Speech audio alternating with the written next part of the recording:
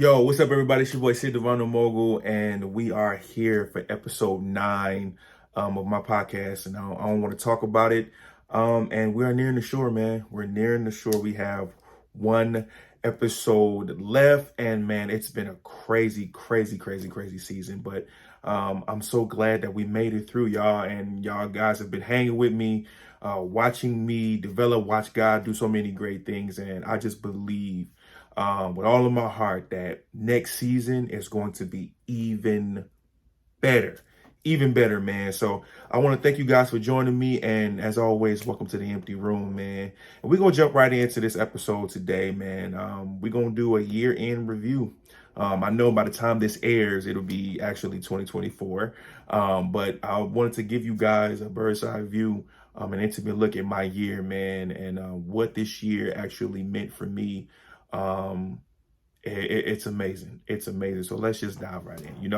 So 2023, from what I've been hearing, man, it's been a tough season for a lot of different people.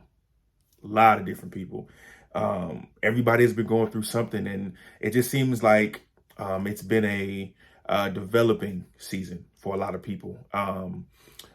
There's so many words I could use to describe 2023. Man, development, of course. A year of gratefulness, right? A year of good moments. Acceptance. But for me personally, it's been the year of defining. The year of defining for me. This year has defined so many different things for me, from my career, to my ministry, to my relationships, God, who God actually is. For me, he is, I just heard he's like a diamond. God is like a diamond. There's so many different spots to him, so many different layers to him. And he's a different thing for anyone. He can be a father to one, he can be a brother to one, he can be a counselor to the next. And there's so many facets to God, but God has been defined to me this year. My identity, man. This year has really taught me who I really am and what I've been purposed to do. And so, again, there was a lot of different facets to this year. But defining is the word. And I'm going to give you guys a pretty much a view on what my year's been like. I know you guys have seen the episodes, and there are, different facets to the episode. A lot of you don't understand that I was actually going through a lot while recording this season. I was recording this season as a diamond under pressure.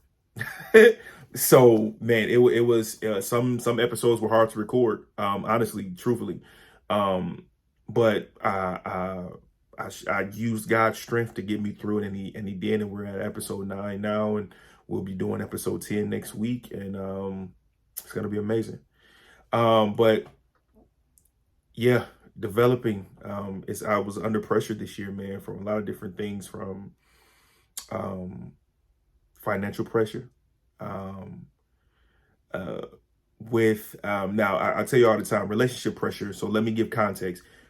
I was putting pressure on myself about my relationship with my girl. So it was never her. I need to let that be known. My girl does not put any type of pressure on me. She's a great woman, and I'm so appreciative of her, man. I love her so much. But pressure on myself to be the man to get us to the place where we were getting married. Even relationship pressure as far as myself. Like I said, I think it was, I believe it was either episode 7 or 8, when I was talking about pressure and stress. I was putting a lot of that on myself this year. And just so many different things that were going on this entire season, right? And in those seasons of pressure, in those places of pressure, I now see on the other side that it was revealing who I really was and what my life and what life was really about for me. Like I said, a diamond under pressure, right?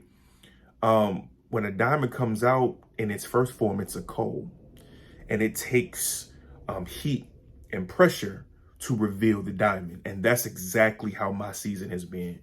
Man, I could go, man, listen, let me tell you something. I'm gonna be very vulnerable with you guys. I took a financial hit this year, and it was the most devastating hit. I mean, oh my God. And as a man, of course, you want to provide. And it's not about just a family. Like I said, I don't have a family yet, nor do I have a wife yet. However, just being able to supply my own needs was almost too difficult for me to do. A financial hit that put so much, mental agony on me. And it was tough, man. It was tough to get through some days, y'all. Like there were days that finances it's like everything around me just dried up, bro. I was in a season of famine. So I thought.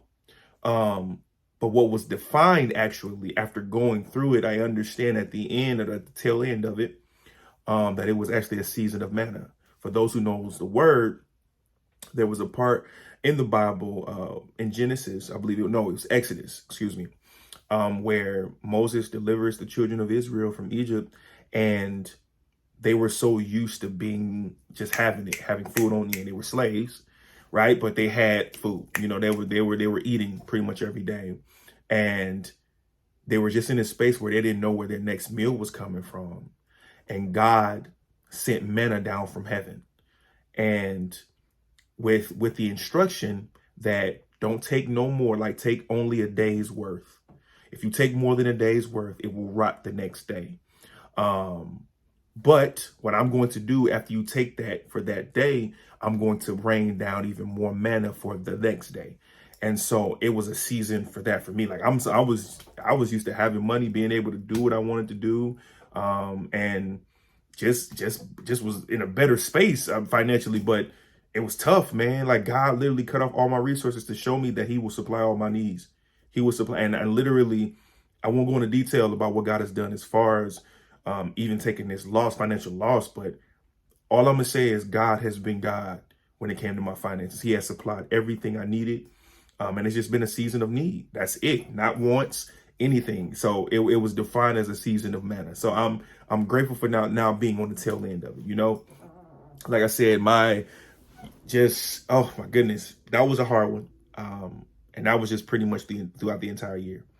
Another thing, like I said, that was defined for me was my relationships. Y'all know the guys that I actually have on the show: Alan Pullins, Aaron Mickens, Eric Ingram, even my girl, and so many others that actually were around me during this season. My people were defined. Throughout my life, I have been in a space where it was hard to trust any type of relationship, because in my mind, I always thought that at some point the shoe was going to drop. I don't care what it was, because it's always happened. And it always happened at the same time, right? It always happened at the same time, man. And it was tough. And I know that's hard because of what I portray on camera.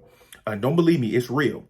It's real. I promise you, I love my friends, I honor my friends, and I trust my friends, but there was still a part of me that still needed healing, or it was still parts of my relationships with them that still needed to be defined, right?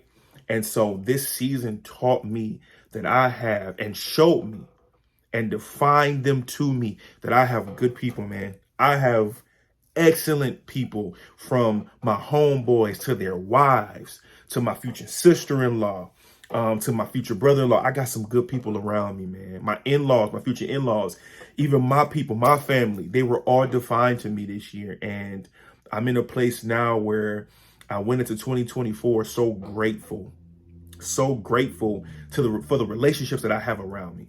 Oh my goodness, they are amazing. And it's because they have definition. And I thank God that even in this season of lack, in this season of turmoil, He was able to show me who my people were. And now going into a season of what I feel to be a season of reaping of all the seeds that I've sown in the last season, I'm going to be able to share them with my people. And so I'm thankful for that. Um, my relationship, the biggest one, my relationship with my girl was defined this year. 100%. Um, as I told y'all know I'm honest. I went through a relationship before this one that really broke my heart. That just um, broke me down, and just tore me apart, right? And I knew from that moment that going forward, I was never gonna be able to love the same way again.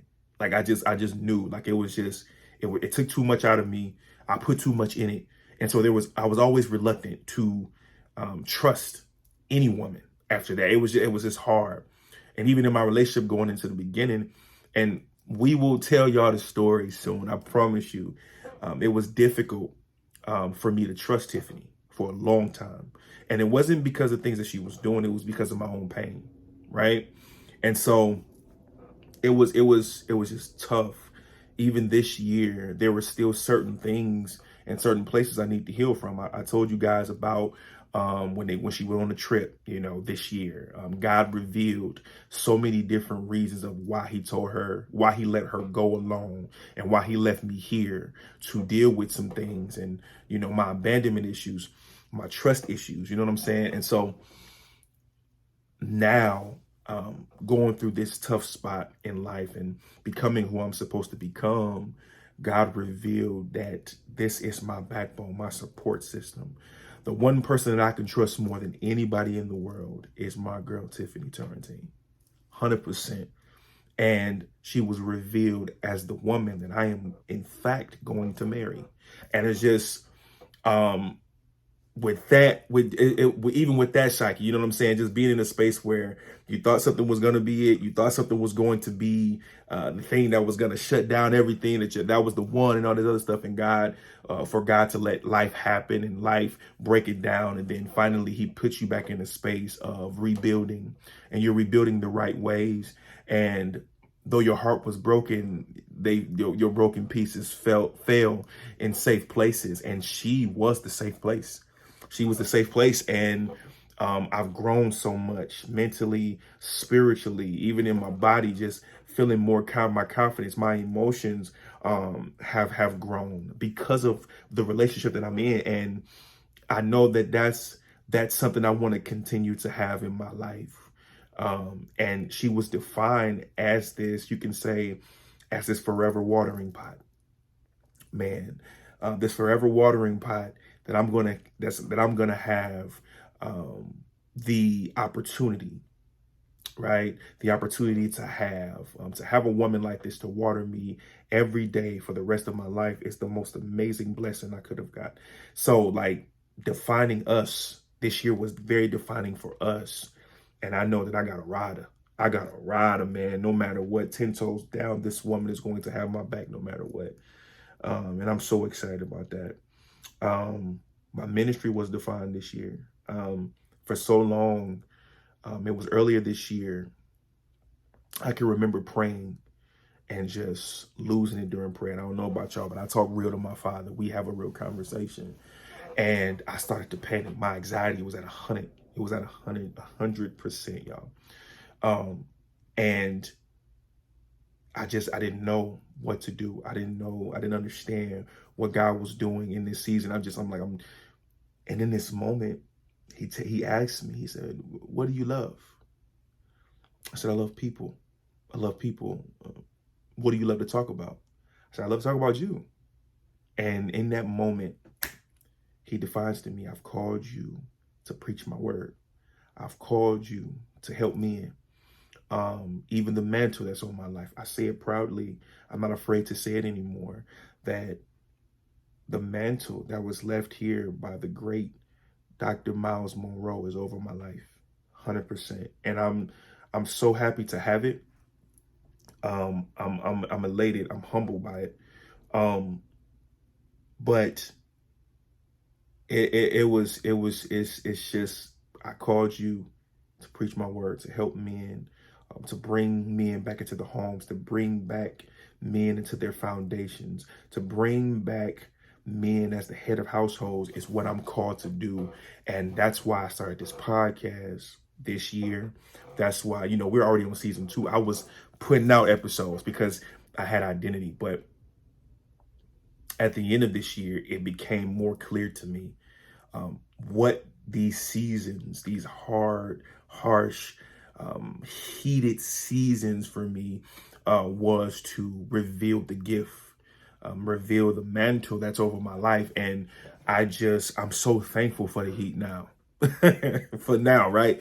I'm so thankful for the heat now because you never know, like, and I tell people all the time, and even to my guys, like, you never know. I know it's hot. I know when you're in heated seasons, it's hard to think. It's hard to be rational. It's hard to really put yourself in a spiritual place because there's so much distraction. There's so much resistance that's going on. You can't really put yourself in a position to be still and think about what God is doing. But when it's all said and done, it will all be revealed. So I want to tell you guys, like, it may be hot. Heat resistance does not mean you're doing the wrong thing. It actually means you're doing the right thing. It's so funny that my pastor says to us that the enemy does not come and distract what's already distracted. And so, man, that hit me so hard. And it's like, if you're doing the right thing, expect resistance, And so just me going through these seasons, man, I just knew for 100% that I was being punished for something.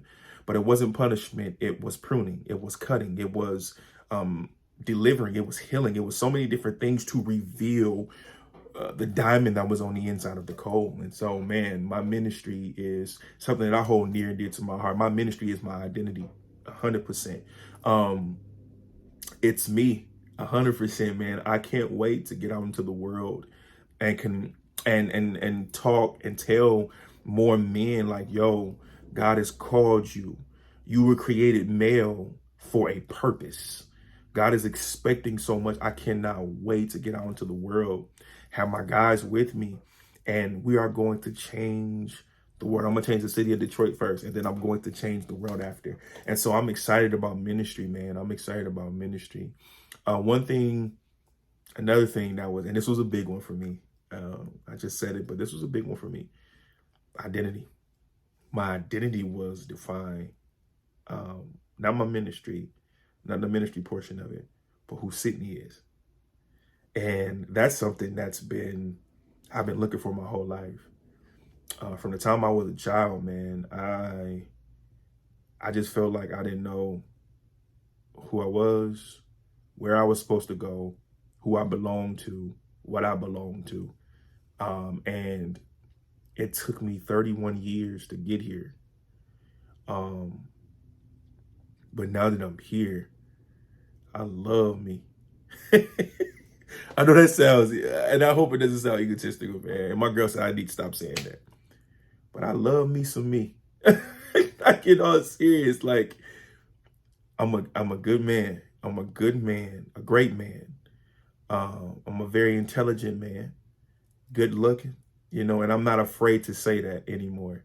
For a long time, I was afraid to say I was, good looking, smell good, whatever. I was afraid to give myself any type of compliment that gave me confidence. You know what I'm saying? Before I learned who I was, it was easier for me to talk down about myself than it was to give myself a compliment. It was so hard. I could give 1,000 compliments to a lot of other people at any given moment, but myself, to talk about myself, I couldn't even look myself in the mirror some days.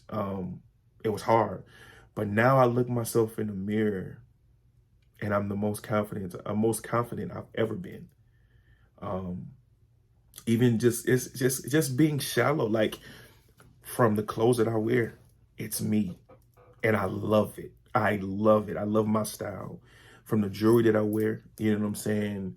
From, my tattoos, I'm about to get more because it's me, you know what I'm saying? And and it's so funny that literally I thought God wouldn't be able to use me, But it was only because the only reason I thought that way was because I didn't know who I was in the first place. But now that I understand who I am, I know God wants to use me. You know what I'm saying? Like, because I'm great. And it's not to be egotistical, it's not to be arrogant. It's really a confidence that's rooted in humility. Because, like I said, and I made a post about it. While I am confident, you know what I'm saying, and I know my confidence is rooted in humility, it's because I keep myself in a place of accountability. I always say to myself that I may be great, but I can be better. You know what I'm saying? I can be greater. And so that's one thing for me, man, is I understand who I am. I now have something that I can give to my own son. You know what I'm saying? Like giving him, I didn't have that as a child. My father was not there to tell me who I was. But my father was there to tell me who I was, if you did what I'm saying, right? And it's something that my son is not going to have to wait on God to tell him. I can tell him because I know who I am. And I'm going to be able to impart in him what it means, because he's getting named after me, what it means to be my namesake, right? And so it's so many different things this year. While it was the worst year from my natural perspective, by my reality, it was the worst year of my life. Spiritually, emotionally, mentally, it was the best year of my life. The best year. God has been so good to me this year. And I know I just relayed to you guys so many different things that went wrong this year. And it's true. 100% it's true. But God has been so good to me this year. God was defined to me this year, which was the most important thing. God was defined to me this year. I found God not in what I had or what I did or for what I could accomplish. I found God in my lack. I was able to look him and hear from him, y'all. I heard him this year. God talked to me, y'all. And I know he talks, but I was able to clear the static this year, clear all of the distractions. And I heard him so clearly, and he was speaking to me. And he dropped so many different things that I'm going to be able to drop on you guys later on. But my relationship with God, and I say this proudly, I say this with all conviction. God is real. God is real. Y'all, I know our whole religion is based off believing in something in someone we can't see. But I heard him, y'all.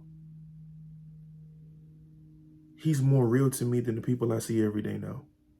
I know he's around. I know his spirit is walking around, still healing, still developing others, and he's so real. God was defined to me as my father this year.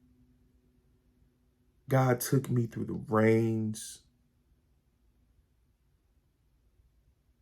And I'm talking, it's 2023 I'm still talking about. Like I said, we're going to be in 2024 once I release it. But in 2023, God was defined to me as my father. He was defined as real. And man, I can't live without him.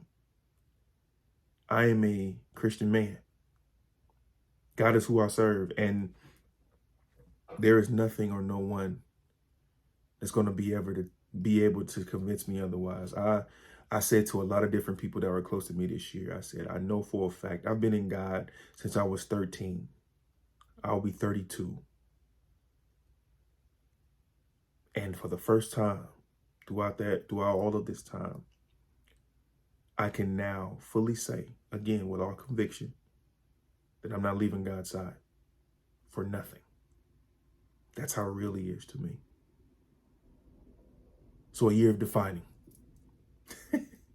2023 was a year of defining. And now I go into the new year knowing. I go into the new year aware. And I'm so excited about what this year is about to bring. So excited, man. I thank you guys. It was a short episode tonight because, I was lost for words. Being able to go from one space to wanting to walk away from God and having the worst year of my life to be at the end of it and to now just be so happy that it happened. So thank y'all for joining me, man. I appreciate all of you guys, man. You have no idea, man. No idea. I love y'all with all my heart. From the inboxes, from the people who support on my posts.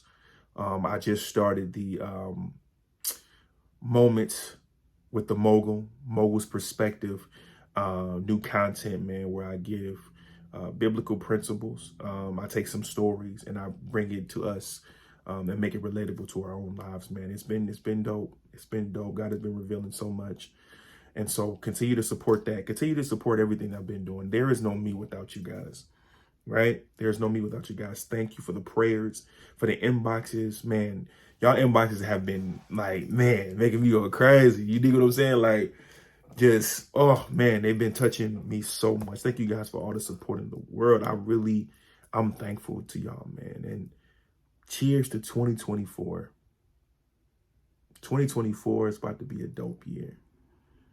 And it's a year that we're going to be able to go crazy in. You feel me? I love y'all, man. I'll see y'all next time. Peace.